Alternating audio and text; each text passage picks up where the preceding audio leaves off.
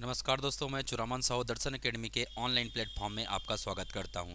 आज हम लोग फिर से लेकर आए हैं एमसीक्यू का ये श्रृंखला फिर से निरंतर चलेगा। और चलिए बात करेंगे ये कौन कौन से एग्जाम के लिए महत्वपूर्ण साबित होने वाला है। तो याद रखिएगा दोस्तों, ये पूर्वी बघेलखंड का जो पठार टॉपिक है ये आपके सीजीपीएससी व्यापम, जो छत्तीसगढ़ पुलिस की भर्ती आई है, जो शिक्षक भर्ती आया है ना, और जो साथ ही साथ अगर मैं बात करूंगा छात्रावास की भर्ती अपकमिंग है, वो सब के लिए महत्वपूर्ण साबित होने वाला है। इसी प्रकार के क्वेश्चन आपके एग्जाम में देखे जाते हैं। तो चलिए आइए याद करते हैं, हम लोग आज के सेशन को बहुत बेहतरीन बनाने का प्रयास करेंगे और एग्जाम में आने वाले सभी प्रश्नों को बिल्कुल ध्यानपूर्वक सॉल्व करेंगे। तो चलिए दोस्तों स्टार्ट करते हैं हम लोग पहला क्वेश्चन। तो पहला क्वेश्चन है, निम्न में से किस क्षेत्र में कछार भूमि का विस्तार है। तो ये दोस्तों याद रखिएगा, ये जो कछार भूमि होता है ना, क्या होता है, तो ये नदी अवसाद के द्वारा जो मृदा बनाई जाती है, मृदा क्षेत्र का निर्माण किया जाता है, उसे कहा जाता है कछार क्षेत्र।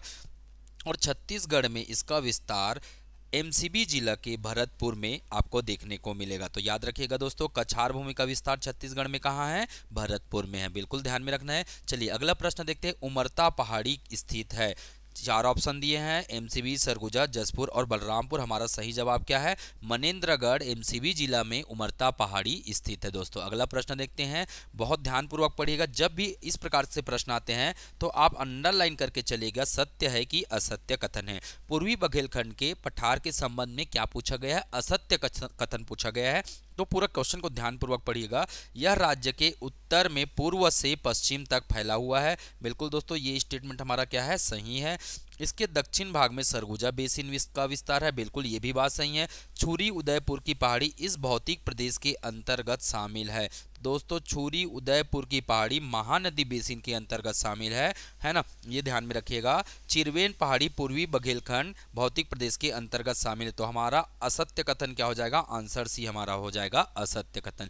चलिए अगला प्रश्न देखते हैं हम लोग, चैता पहाड़ किस जिले में स्थित है। तो दोस्तों याद रखिएगा, एग्जाम के लिए बहुत इंपॉर्टेंट है। चैता पहाड़ आपका बलरामपुर जिला में है और इसी चैता पहाड़ में एक आपको अंकन मिलेगा, है ना, और वो अंकन क्या है, ओम विश्वेश्वराय, ओम विश्वकर्माय नमः। तो दोस्तों याद रखिएगा क्या मिलेगा आपको, ओम विश्वकर्माय नमः आपको लिखा मिलेगा। तो आपको ये भी प्रश्न पूछा जाएगा किस, है ना, किस पहाड़ में ओम विश्वकर्माय अंकन मिलेगा।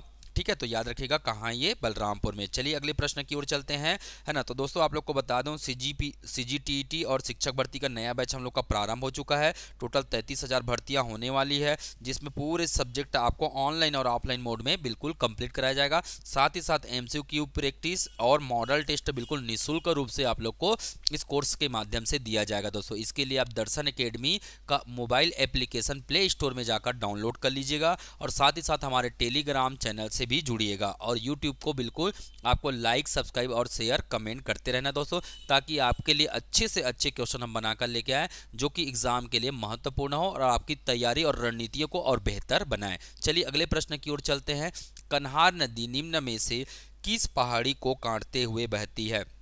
तो याद रखिएगा, कन्हार नदी जो कि है ना, कहाँ से निकलता है, ये निकलता है खुड़िया के पठार से, खुड़िया पठार से निकलता है, जसपुर जिले से, जहाँ बखोना की चोटी है वहाँ से इसका उद्गम होता है। और ये जमुरा पाट को दो इस प्रकार से, ये देखिए ये जमुरा पाट है और इसके बीचों बीच से क्या बहता है, कन्हार नदी का प्रवाह होता है। तो याद रखिएगा दोस्तों, कन्हार नदी किसके बीचों बीच बहती है, जमुरा पहाड़ को दो बराबर भागों में काटती है। चलिए अगले प्रश्न की ओर चलते हैं, पूर्वी बघेलखंड का सर्वाधिक वर्षा वाला क्षेत्र है। तो ये हमारा ये भौतिक प्रदेश है पूर्वी बघेलखंड, है ना, और इसका सबसे ज्यादा वर्षा होता है देवगढ़ की पहाड़ी में होता है। दोस्तों बिल्कुल आप लोग मुझे कमेंट करके बताइएगा कि देवगढ़ की पहाड़ी की ऊंची चोटी, देवगढ़ की पहाड़ी की ऊंची चोटी कितनी है, ये बात मुझे कमेंट करके आप लोग आंसर कीजिएगा। ठीक है, चलिए अगले प्रश्न की ओर चलते हैं, सही सुमेलित करना है। तो दोस्तों मैंने अभी बताया चैता पहाड़ कहाँ है, तो चैता पहाड़ बलरामपुर में है। सीता लेखनी की पहाड़ी कहाँ है, ये सूरजपुर में है। परता पहाड़ कहाँ है, सरगुजा में है। और धोबे ताल की जो पहाड़ी है दोस्तों याद रखिएगा, वो कोरिया में नहीं है, वर्तमान में ये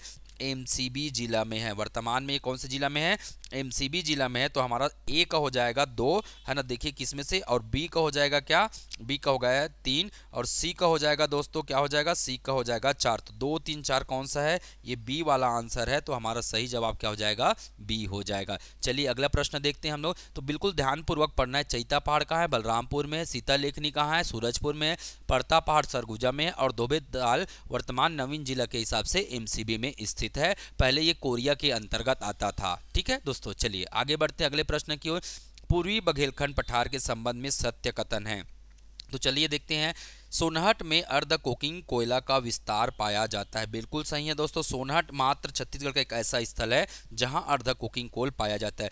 हसदो रामपुर बेसिन पूर्वी बघेलखंड का उप विभाग है। ये भी बिल्कुल सही है दोस्तों। हसदो रामपुर बेसिन पूर्वी बघेलखंड का क्या है? एक उप विभाग है, उसी के अंतर्गत आता है।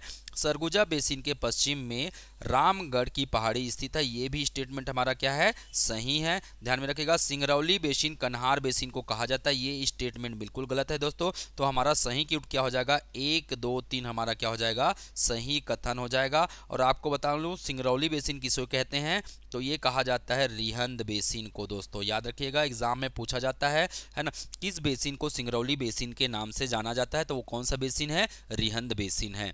चलिए अगले प्रश्न की ओर। बिल्कुल ध्यानपूर्वक पढ़ना है और बिल्कुल गलत नहीं करना, घबराना नहीं है। बड़े क्वेश्चन देकर कभी घबराना नहीं है। अपने नॉलेज पर, अपने खुद पर क्या करना है? विश्वास रखना है। और इसी विश्वास के साथ आगे बढ़ेंगे, आप बिल्कुल बहुत ऊपर तक जाएंगे और पूरा अपने तैयारी को और मजबूत करेंगे। ठीक है, चलिए आगे बढ़ते हैं। अगला प्रश्न है सिंगरौली बेसिन। देखिए दोस्तों, आप मुझे कमेंट करके बताइएगा सिंगरौली बेसिन किस बेसिन को कहा जाता है। जस्ट मैंने अभी बताया है। और देखिए ये सीजीपीएससी के एग्जाम में है ना, और 2 बार ये प्रश्न एग्जाम में पूछे जा चुके हैं। ठीक है, चलिए आगे देखते हैं। हाथीपोल गुफा कहाँ स्थित है? तो दोस्तों याद रखिएगा, हाथीपोल की गुफा कहाँ है? ये रामगिरी पहाड़ी में स्थित है हाथीपोल की गुफा।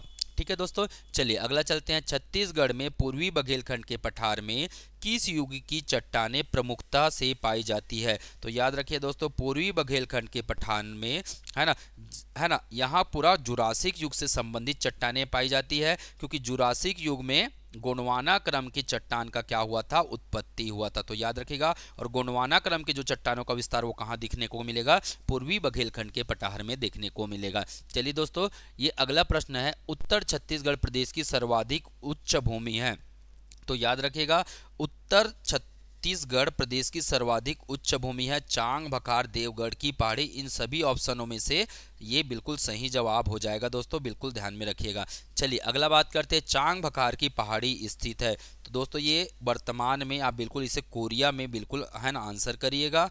ठीक है, थोड़े बहुत विस्तार हालांकि बलरामपुर में भी देखने को मिलता है। चलिए अगले प्रश्न की ओर बढ़ते हैं। मैं आप लोग को बताना चाहूँगा, छत्तीसगढ़ पुलिस की भर्ती की लगभग 6000 पद आ रहे हैं और इसकी तैयारी हमारे यहाँ से प्रारंभ किया जा चुका है दोस्तों।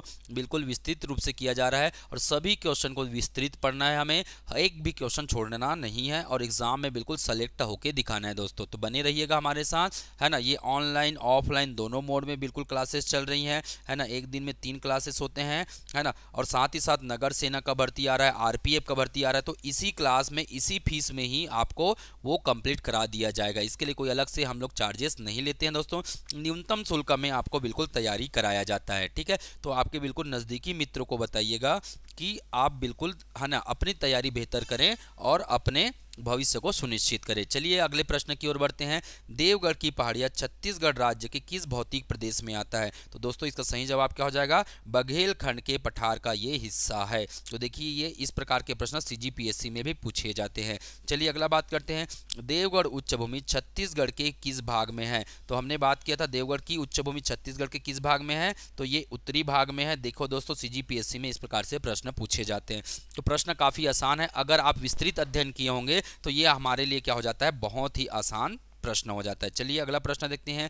छत्तीसगढ़ में निम्नलिखित में से किस भाग में कन्हार बेसिन है? तो याद रखिए दोस्तों, कन्हार बेसिन कहाँ है? तो ये बलरामपुर में है और बलरामपुर के कौन से भाग में है? उत्तर पूर्व में है। तो याद रखिएगा उत्तर पूर्व सीमा भाग हो जाएगा। इसका सही जवाब क्या हो जाएगा? उत्तर पूर्व सीमा भाग हो जाएगा। चलिए अगला प्रश्न देखते हैं। सीता लेखनी की पहाड़ी, ये तो भरमार पूछा गया दोस्तों, याद रखिएगा। सीता लेखनी की पहाड़ी कहाँ है?